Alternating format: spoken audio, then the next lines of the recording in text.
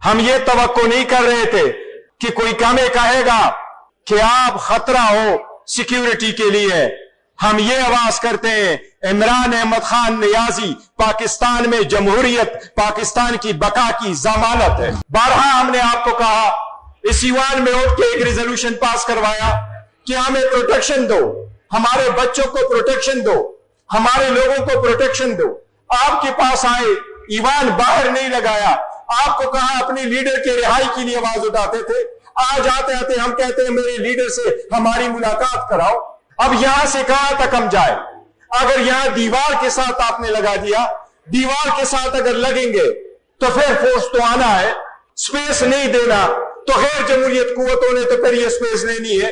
आपने वक्त नहीं देना, सुनना नहीं है और उनकी नहीं करानी। और जिस तरीके से प्रेस कॉन्फ्रेंस के बाद जिस तरीके से गैर जिम्मेदाराना ऐसी की तैसी पेरनी है, सब ऐसे स्टेटमेंट आएंगी तो उसमें किसी एक के लिए कुछ नहीं बचेगा। ये सियासत है इस मुल्क की, इसमें से इसको माइनस करोगे तो ये भी नहीं बचेगा, कोई भी नहीं बचेगा। एक माइनस होगा तो एवरीवन माइनस हो जाएगा। जी ठीक है जनाब स्पीकर, मैं अल्लाह के नाम से इब्तिदा करता हूं। जुमे के बाद जनाब स्पीकर, कौम तशवीश में,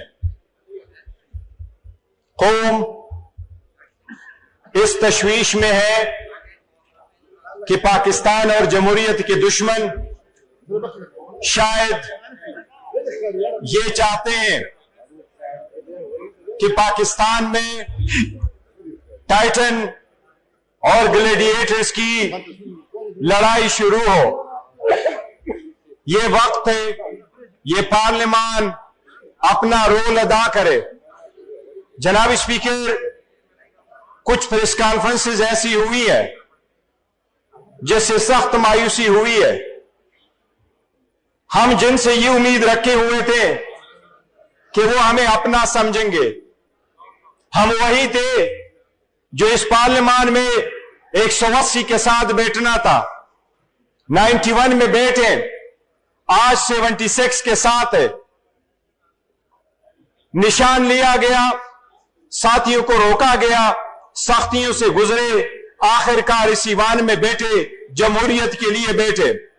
पाकिस्तान की आवाज लगी तो अपने पाकिस्तानियों के साथ खड़े रहे, इस ईवान के साथ रहे, अपने अफवाज पाकिस्तान के साथ रहे, अफवाज पाकिस्तान को हिराज तहसीन पेश किया। इस वजीर आजम के साथ ऐसे हालत में बैठे कि जब वो बैठे तो हमने तालियां बजाई कि पाकिस्तान सबसे पहले है। जनाब स्पीकर, इसी दिनों के बाद हम ये तवक्को नहीं कर रहे थे कि कोई हमें कहेगा कि आप खतरा हो सिक्योरिटी के लिए। हम ये आवाज करते हैं इमरान अहमद खान नियाजी पाकिस्तान में जमहूरियत, पाकिस्तान की बका की जमानत है। जी काइंडली वाइंड अप कीजिए। जनाब स्पीकर, ये वक्त बड़ा अहम है, नाजुक है, मुल्क इंतशार का मुतहम्मिल नहीं हो सकता। जनाब स्पीकर, सियासत में इंतशार नहीं होना चाहिए, सियासत में बर्दाश्त होना चाहिए, एक दूसरे को स्पेस देनी होगी। ये बात खत्म होनी चाहिए कि टेंशन लेने को नहीं, टेंशन देने को। हम सब ने मिलकर टेंशन खत्म करना है इस मुल्क से। जनाब स्पीकर, अगर बड़े इदारे और सबसे बड़ी मकबूल तरीन पार्टी के वर्कर और लोग जिसमें से दुश्मन पैदा उठाना चाहता है वो एक दूसरे के मद मुकाबिल हो, तो उन लोगों की कोशिश होगी पाकिस्तान से जमहूरियत खत्म हो, पाकिस्तान मजबूत ना हो। जनाब स्पीकर, ये वक्त है कि इस टेंशन को हमने खत्म करना है। जनाब स्पीकर, मैंने आज रिक्वेस्ट की है महमूद खान अचकज़ई साहब को, मैंने आपसे भी रिक्वेस्ट की है कि काइंडली उसको नोटिफाई कर दे ताकि वो आकर के हमारे लीडर ऑफ द अपोजिशन बन के इस सीट को ले ले और वो हमारी तर्जुमानी करके हम यहां पर अपनी बात कर सके।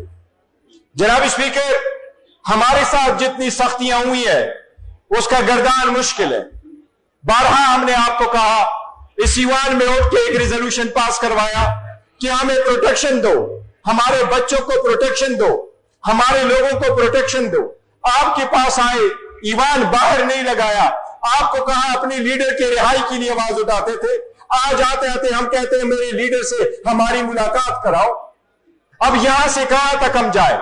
अगर यहां दीवार के साथ आपने लगा दिया, दीवार के साथ अगर लगेंगे तो फिर फोर्स तो आना है, स्पेस नहीं देना तो गैर जमहूरियत कुव्वतों ने तो फिर ये स्पेस लेनी है। आपने वक्त नहीं देना, सुनना नहीं है और उनकी नहीं करानी। और जिस तरीके से प्रेस कॉन्फ्रेंस के बाद जिस तरीके से गैर जिम्मेदाराना ऐसी की तैसी पैरनी है, सब ऐसे स्टेटमेंट आएंगी तो उसमें किसी एक के लिए कुछ नहीं बचेगा। शुक्रिया जनाब स्पीकर, खोलें। कंक्लूड करूं? जनाब स्पीकर, मेरी रिक्वेस्ट होगी कि अचकज़ई साहब जरूर बोले, लेकिन जनाब स्पीकर, जमहूरियत में लोग एक दूसरे को माइनस नहीं करते, इंक्लूजन से जमहूरियत चलती है। ईवान होता इस तरफ से। मैंने आपके साथ यहां एक मर्तबा गुफ्तगू करते हुए मैंने यह कहा था कि यह ख्याली होगी हुकूमत की कि हम अगर माइनस हो गए तो ये बचेगी। यह कारोबार की दुनिया नहीं है जहां दो में से एक माइनस करो तो एक बच जाएगा। ये सियासत है इस मुल्क की, इसमें से इसको माइनस करोगे तो ये भी नहीं बचेगा, कोई भी नहीं बचेगा। एक माइनस होगा तो एवरीवन माइनस हो जाएगा। जी ठीक है जनाब स्पीकर, कौम बड़ी मुश्किल में है, वो उम्मीद के साथ हमारी तरफ देखते हैं। मैं 2025 के बाद पाकिस्तान एक न्यू वर्ल्ड ऑर्डर में एंटर हुआ है, इसमें हमारी भी कंट्रीब्यूशन शामिल थी। हम यहां मौजूद थे, इकट्ठे कौम बन करके हम खड़े हुए और एक कौम बन करके हमने पाकिस्तान को बहुत बड़ी कामयाबी दी। हम नहीं चाहते पाकिस्तान की इतनी बड़ी कामयाबी जाके आपस में मुश्त गिरेबान हो जिससे सब कुछ खतरे में पड़ जाए। जनाब स्पीकर, आपने हमेशा अच्छा रोल प्ले किया है।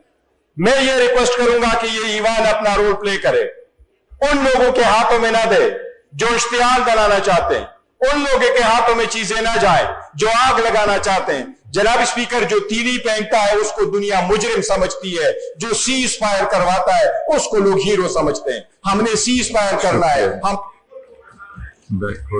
आपने थैंक यू। जनाब स्पीकर जी, मैं ये आखिर में रिक्वेस्ट करता हूं जी जनाब स्पीकर, हम कहां फरियाद करें? इस ईवान में आपके साथ फरियाद की, आपको याद है आपके पास आए कि आवाज म्यूट हुआ। मैंने आज भी बात की है, ये तकरीर की है, मुझे यकीन है ये अवाम के पास एज इट इज नहीं गई। अगर इतना ही ट्रस्ट डेफिसिट हो जाए कि हम मुल्क के दुश्मन होंगे तो जनाब स्पीकर फिर यहां आपके साथ बैठने की जरूरत शायद नहीं है। और अगर ये हालात ऐसे रहते हैं तो शायद हमारे चंद हफ्ते चंद महीने ही फिर आपके साथ होंगे। इस ट्रस्ट डेफिसिट को हमने खत्म करना है। जनाब स्पीकर, लीडर हमारा जेल में, बीवी उसकी जेल में, 5 दिन में 3 कन्विक्शनें हुई, 45 साल की सजा दी गई। अवाम ने फिर साथ खड़े हो कि जनाब स्पीकर, 2 महीने में जिस केसेस का फैसला हुआ है, 11 महीने में हमारा केस नहीं लग सका। अदालतों में केस नहीं लगते, मुलाकातें नहीं होती, वकला के नहीं है, लीडरशिप के नहीं है, तो फिर कहां जाएंगे? ऐसे सरकमस्टांसेस में जनाब स्पीकर, जो लोग ये सब कुछ कर रहे हैं उनको हम दुआ दे के बददुआ दे। हम फिर भी कह रहे हैं कि मुल्क और जमहूरियत की खातिर हमने आगे चलना है और बढ़ना है। जनाब स्पीकर, ये वक्त है कि रिकॉग्नाइज करें हमारे इस फोर्स को। अगर आप इस फोर्स को नहीं रिकॉग्नाइज करते जो इस वक्त आपके सामने 3 करोड़ आवाम को कर रहे हैं, तो आप आग से खेलने वाली बात होगी। जनाब स्पीकर, ये मुल्क की बहुत बड़ी बदकिस्मती होगी अगर इतने बड़े बड़े फोर्स को आपने नजरअंदाज किया। एक आग लगती है लेकिन एक चिंगारी से लगती है। जनाब स्पीकर, ये वक्त है कि हम इस टेंशन को